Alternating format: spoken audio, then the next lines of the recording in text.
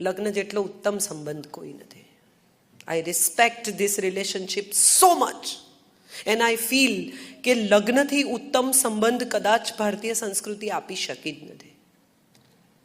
બહુ જ સુંદર, અત્યંત સુંદર કવિતા છે મૃગાંક શાહની કે બાળકો પોતાની દિશામાં જતા રહેશે, સગાવાલા પોતાના કામમાં બિઝી થઈ જશે, છેલ્લે મારા ઘૂંટણ પર દવા લગાડવા અને તારું ચોકઠું શોધવા, અંતે તો આપણે બે જોઈશું.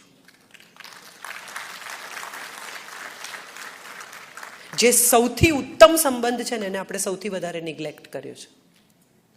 આપણે બધાને સુખી કરવા નીકળ્યા છીએ, પણ જેની સાથે રહેવાનું છે રાત દિવસ, એના સુખનો વિચાર કરતા આપણને જોર પડે છે. એને આપણે કેટલું ટેકન ફોર ગ્રાન્ટેડ લઈએ છીએ. અરેન્જ મેરેજ હોય કે લવ મેરેજ હોય, અગત્યનો શબ્દ મેરેજ છે. મા બાપે ગોઠવ્યું કે તમે ગોઠવ્યું એ બહુ મહત્વનું નથી. અગત્યનું એ છે કે ગોઠવાયેલું વિખેરી ના નાખો. બહુ સુંદર સંબંધ છે આ. અને હું એવું માનું છું કે બે લોકો જિંદગીના આટલા વર્ષો એક સાથે વિતાવે, એક રૂમમાં વિતાવે, એક ડાઇનિંગ ટેબલ પર વિતાવે, એક ગાડીમાં પ્રવાસ કરે, એનાથી વધારે નિકટતા કઈ વસ્તુમાં હોઈ શકે? અને આપણે બધા જુઓ, તમે બેડરૂમમાં નિર્વસ્ત્ર થઈ શકીએ છીએ, પણ મન પરના વસ્ત્ર ઉતારી શકતા નથી.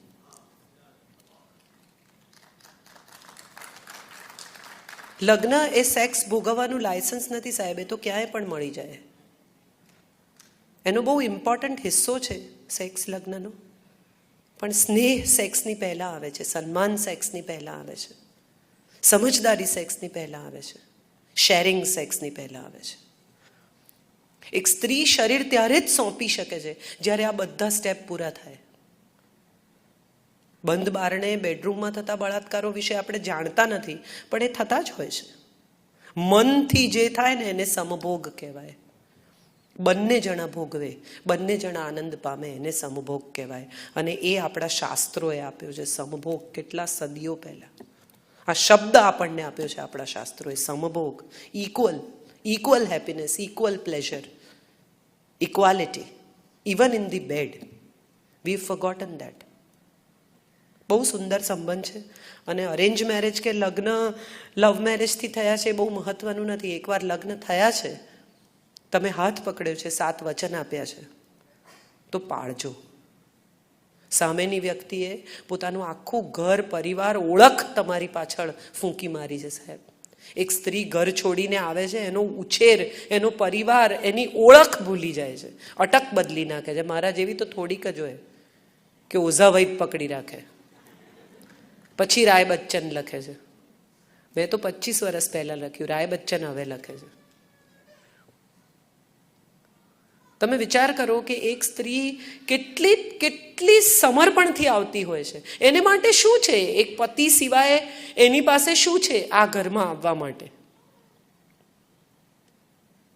અને પતિ જ જ્યારે એને ઇગ્નોર કરે, પતિ જ જ્યારે પોતાના પૈસા કમાવામાં કે મિત્રોમાં કે પરિવારમાં કે બીજા કોઈ કારણસર ખોવાઈ જાય, ત્યારે એ સ્ત્રી શું કરે?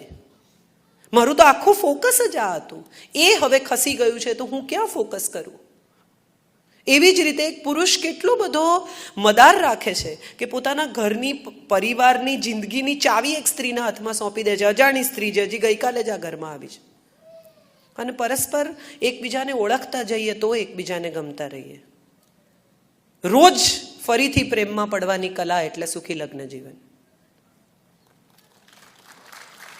રોજ કંઈક સરસ શોધી કાઢો તમારા જીવન સાથી વિશે કે આ જોરદાર છે યાર, આના વિશે આ મેં જોયું નહોતું, આ મને ખબર નહોતી. આપણે શું કરીએ છીએ તો કે રોજ એવું શોધી કાઢીએ છીએ કે શું ખરાબ છે. કેટલી મજા આવે છે, પણ આ જ વાત પર કેટલું રડવું આવે છે. લડાઈ થાય ત્યારે રડતા જાય કરીને બોલતા જઈએ. શેને માટે? સુખી થવા પરણ્યા છો તો સુખી થાવ યાર. કોઈ આજ સુધી એકતા કપૂરની સિરિયલ સિવાય એવા જોયા છે કે હું આની વાટ લગાડી દઈશ એવું નક્કી કરીને પરણે? બધા જ સુખી થવા પરણે છે તો સુખી થાઓ. ને બધા એવું નક્કી કર્યો કે આપણા લગ્ન બીજાઓ જેવા નહીં હોય, આપણે નહીં લડીએ, આપણે આમ નહીં કરીએ. એ જ રૂટીનમાં આવીને ઊભા રહે. Why? Life is very beautiful and we only live once. હું પુનર્જન્મમાં માનતી નથી અને દ્રઢપણે એવું માનું છું કે આપણી પાસે એક જ જિંદગી છે અને ફૂલેસ્ટ જીવવી જોઈએ. બધું જ કરી લેવું જોઈએ જે આપણે કરવું હોય, મજા કરી લેવી જોઈએ. પતિ અને પત્ની વચ્ચેની મિત્રતાની વ્યાખ્યા આપો. રસપ્રદ છે સવાલ. મિત્રતા એટલે શું? સાથે દારૂ પીવો, વોટ્સએપ એક્સચેન્જ કરવા, ફોન મેસેજીસ એકબીજાને મોકલવા? મિત્રતા એટલે ખુલ્લા દિલે ઝઘડી શકાય, ખુલ્લા દિલે સ્નેહ કરી શકાય અને કોઈ પણ વાત એકબીજા સાથે કરી શકાય અને એમાં કોઈ ગ્રજીસ વગર, કોઈ પ્રીકન્સીવ્ડ નોશન વગર એ વાતને સામેની વ્યક્તિ સ્વીકારી અથવા એટલીસ્ટ સાંભળી શકે. હું ઘણીવાર મારા વરને કહું છું કે હું ખોટી છું, એવા પ્રીકન્સીવ્ડ થોટ સાથે હું કહું એ સાંભળું છું.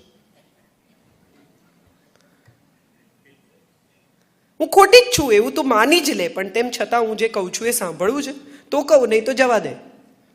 તું સાંભળવા તૈયાર છે? એટલીસ્ટ પેશન્ટ હિયરિંગ જ ખોઈ બેઠા છીએ. તમે જોજો, ઓબ્ઝર્વ કરજો, તમને બહુ મજા આવશે. તમે કોઈને કહેવાનું ચાલુ કરો ને એટલે ના પાડવા માંડે. એને મનમાં તમને ના પાડી જ દીધી ઓલરેડી. તમે કંઈ પણ એક્સપ્લેન કરો, હજી તમે પહેલું વાક્ય બોલો એ પહેલા તો એને ડોકું ધૂણાવવા માંડ્યું છે. એટલીસ્ટ સાંભળી તો લો, પછી નક્કી કરજો એ શું કહે છે. આપણે આ નથી કરતા. એકબીજાને સાંભળી શકાય ને તો એ દોસ્તી અકબંધ રહેશે, આ મારું વચન છે. કારણ કે સાંભળશો તો કંઈક ઉતરશે તો એવું લાગશે કે મેં બી સાચું બોલતો હોય. કેમ કે પત્નીઓને જ બહુ ડાઉટ હોય છે. હમણાં એક મારા મિત્ર છે કહે છે કે આપણે પીને આવીએ ને તો ખબર જ ના પડે, કેમ કે એ તો પીતા ના હોય, એને તો ખબર ના હોય કે શ્વાસમાં વાસ આવે, તો એને ક્યાં વાસની ખબર છે. એટલે ત્યારે મેં એને કહ્યું હતું, મેં કીધું એને ખબર નથી એ તમારો વહેમ છે ને તમને ખબર પડવા નથી દેતી એનો પ્રેમ છે. એ તમને જવા દે છે દરેક વખતે.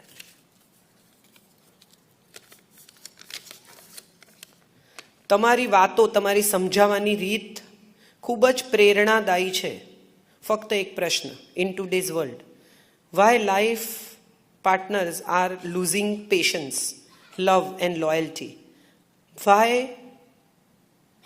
love is dead? True love is dead, probably. Why expressing? તમને ફૂલ, નારિયેલ, દીવો ખરીદવાની તાકાત કોણ આપે છે? એ બધું લઈને તમે એને ત્યાં શું કામ જાઓ છો? તમે જો દિલથી સાચા છો, તમને એમ છે કે મારું મન ચોખ્ખું જ છે, તો શું કામ સામાયિક કરો છો? શું કામ પ્રાર્થના કરો છો? શું કામ પગે લાગો છો? શું કામ પ્રતિક્રમણ કરો છો? આ એક્સપ્રેશન છે ઈશ્વર સાથેની કમ્યુનિકેશનનું. હું કોઈને ચાહું છું. એક સરસ ફૂલ તમે જોયું તો તમે કેવું સરસ કહો છો, અરે વાહ બહુ ફાઇન, કેટલું સરસ ફૂલ છે. આ એક્સપ્રેશન છે, સ્વાભાવિક છે. આ સ્વાભાવિક એક્સપ્રેશન પ્રેમમાં હોવું જોઈએ. અને હું તો બહુ દ્રઢપણે એવું માનું છું કે જે પતિઓ એમ માને ને કે આઈ લવ યુ કહેવું એ વેવલા વેડા છે, એ સૌથી ખોટા અને સૌથી કારણ વગર પોતાની જાતને પુરુષ સમજતા આ પતિઓ છે. પુરુષ તો એ છે કે જે દિલ ખોલીને એક્સપ્રેસ કરી શકે કે દોસ્ત યાર હું તને બહુ પ્રેમ કરું છું. એમાં શું પ્રોબ્લેમ છે? પડોશીને કહેવાનું હોય તો પ્રોબ્લેમ છે, પત્નીને કહેવાનું હોય તો શું પ્રોબ્લેમ છે? અને પડોશીને એના પતિને ખબર ના હોય ત્યાં સુધી કઈ પ્રોબ્લેમ નથી. મજા એ છે કે આપણે આઈ લવ યુ કહીએ ને પછી તરત પૂછીએ છીએ ડુ યુ લવ મી? અહીંથી સમસ્યા શરૂ થાય છે. Why expressing? Express because you are an expressive human being. Express because you feel. Express because you are going through that emotion. So say it. Express it in many ways. Don't expect others to express the way you express. આપણો problem એ છે. હું આટલો બધો પ્રેમ કરું છું તો એ કેમ? અરે હું 10 રોટલી ખાઈ શકું છું, એ કેમ ન ખાય? ખવડાવો એને. હું હિમાલય ચડી શકું છું, એ કેમ ન ચડે? બાંધો દોરડા, ચડાવો. નો, આ તમારું એક્સપ્રેશન છે, તમારા સુધી સીમિત રાખો. એનું એક્સપ્રેશન એની રીતે ઓળખવાની, સમજવાની પ્રયત્ન કરો. દરેકનું એક્સપ્રેશન સરખું કેવી રીતે હોય? એક શબ્દોમાં કહે છે, એક આંખોથી કહે છે, એક હાથથી કહે છે, એક સ્પર્શથી કહે છે, એક આંસુથી કહે છે, એક સ્મિતથી કહે છે. આ બધું ઓળખતા આવડે તો હું માનું છું પ્રેમ સાચો છે. કેટલા બધા લોકોને મેં એવા જોયા છે કે આમ કોઈ દિવસ ઘરમાં ટકે નહીં, આવે એવા ચપ્પલ પહેરીને અહીં જાય ને ત્યાં જાય ને ટેનિસ રમે ને છોકરાઓને બહાર લઈ જાય ને મિત્રો સાથે રખડ્યા કરે ને, પણ જો પત્ની માંદી પડે તો એને બહાર કાઢવા અઘરા. આ પણ એક એક્સપ્રેશન છે. ત્યારે એનો પ્રેમ પ્રગટે કે આ માંદી યાર. દ્રૌપદી પૂછે છે કૃષ્ણને કે હું દુઃખી હોઉં, રડતી હોઉં, પીડામાં હોઉં, મારું અપમાન થતું હોય ત્યારે જ તું આવે. હું સુખી હોઉં, જલસા કરતી હોઉં, મજામાં હોઉં, મારે ઘેર પાર્ટી હોય તો તું ના આવે. અને ત્યારે કૃષ્ણ એને કહે છે કે તારો ને મારો સંબંધ સૂર્ય અને પૃથ્વી જેવો છે. બહુ નજીક આવી જાય ને તો એ જીવન સંભવ નથી, ને બહુ દૂર થઈ જાય તો પણ જીવન સંભવ નથી. બંને પોતપોતાની જગ્યાએ રહીને ફરવાનું છે અને એકબીજાની આસપાસ જ રહેવાનું છે, એક સેફ ડિસ્ટન્સ પર. હું માનું છું પતિ પત્નીનો સંબંધ પણ આવો છે. એકબીજાની આજુબાજુ રહેવાનું છે, સેફ ડિસ્ટન્સ પર રહેવાનું છે. બે થાંભલા બહુ નજીક બાંધો ને તોય છત તૂટી પડે, અને બહુ દૂર બાંધો તોય વચ્ચેથી તૂટી પડે. યોગ્ય જગ્યાએ મૂકેલા બે થાંભલા ઉપર છત ટકે છે. એટલે ડિસ્ટન્સ પણ ઇમ્પોર્ટન્ટ છે, અને એ ડિસ્ટન્સ સાથેની નિકટતા પણ એટલી જ ઇમ્પોર્ટન્ટ છે. તમને જ્યારે એમ લાગે કે તમને પ્રેમ છે, પ્રેમ થયો છે, પ્રેમ થઈ રહ્યો છે, પ્રેમ એક્સપ્રેસ કરવો છે, તો પ્રેમથી કરો. એમાં ક્યાંય તમારું પુરુષત્વ ઘસાઈ નહીં જાય, તમે વેવલા નહીં લાગો. અને બીજું કે પત્નીઓને પણ આ વાત બહુ અગત્યની છે કે આઈ લવ યુ તો કહેતા જ નથી. એની આંખમાં લખ્યું છે, વાંચો. એ ભાષા પણ ઉકેલવા જેવી હોય છે ક્યારેક. હમણાં જ બા અંદર ખાતા હતા ને કે હું બાપુજી માટે લઈ જાઉં, એ પણ પ્રેમ છે. એકલા ખાવાની તમને ઈચ્છા ન થાય, એ પણ પ્રેમ છે. પતિ બહારગામ ગયો હોય ને તો ઘરમાં અમુક શાક ન બને. કેમ? તો કે એમને બહુ ભાવે છે. અરે આવે ત્યારે ફરી બનાવજો યાર. એમને બહુ ભાવે છે તો કે ફરી મળતું બંધ નહીં થઈ જાય. પણ આ મિસિંગની એક રીત છે. બાકી તો મિસિંગ બહુ થાય તો મારો એક ફ્રેન્ડ કે છે, દોસ્ત સાયકોલોજીસ્ટ છે, એમ કે ડોપામાઇન રિલીઝ થાય એટલે તમારું મિસિંગ ઓછું થઈ જાય. એમ ચોકલેટ ખાવાની. આ એટલું જ કેમિકલ છે કે તમારા મગજમાં ડોપામાઇન રિલીઝ થાય એટલે તમે મિસિંગ ઓછું થઈ જાય, તો ચોકલેટ ખાઓ. એટલે એટલું બધું આ ટેકનિકલ નથી. અહીંયા થાય છે અને ત્યાં થવું જોઈએ. ધબક્યા કરે છે ને એનો અર્થ જ એમ કે આપણે જીવીએ છીએ. કોઈ દિવસ તમે ECGનો ગ્રાફ કે મોનિટર પર હૃદય જોયું છે? ઉપર નીચે, ઉપર નીચે, ઉપર નીચે થાય ને ત્યાં સુધી જ માણસ જીવે છે. સીધી લાઈન થઈ જાય ને એનો અર્થ એમ કે પત્યો. એટલે આ ઉપર નીચે થતા સંબંધો છે ને ત્યાં સુધી એમ માનજો કે હજી આ સંબંધ જીવે છે. સીધી લાઈનમાં આવી જશે ને તો પૂરો થઈ જશે. How to make my parents happy. How nice is that? કોણે પૂછ્યું છે? Can I C Dhruva? Dhruva, are you there? Big applause for her. Very big applause. I am so happy, Dhruva, that you are thinking of your parents. And your parents are very happy already because they have you. The daughter who thinks how to make her parents happy is already making her parents happy. Just love them. No parent expect anything else but lot of love. Just love them. And if you love them, you will never do anything wrong, beta. Just love them. Anything you do, before that just think whether my parents will like it or not. And I think that's the only way you make them happy. Thank you, beta. Thank you so much.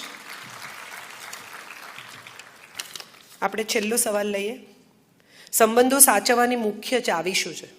આ કોઈ તાળું છે યાર? ચાવીથી ખોલો. સંબંધો સાચવવાની મુખ્ય ચાવી જે છે કે ક્યાંય તાળા ન મારો. બીજો આનો કોઈ જવાબ જ નથી. મનમાં, હૃદયમાં, ઘરમાં, ભૂતકાળમાં ક્યાંય તાળા ન મારો.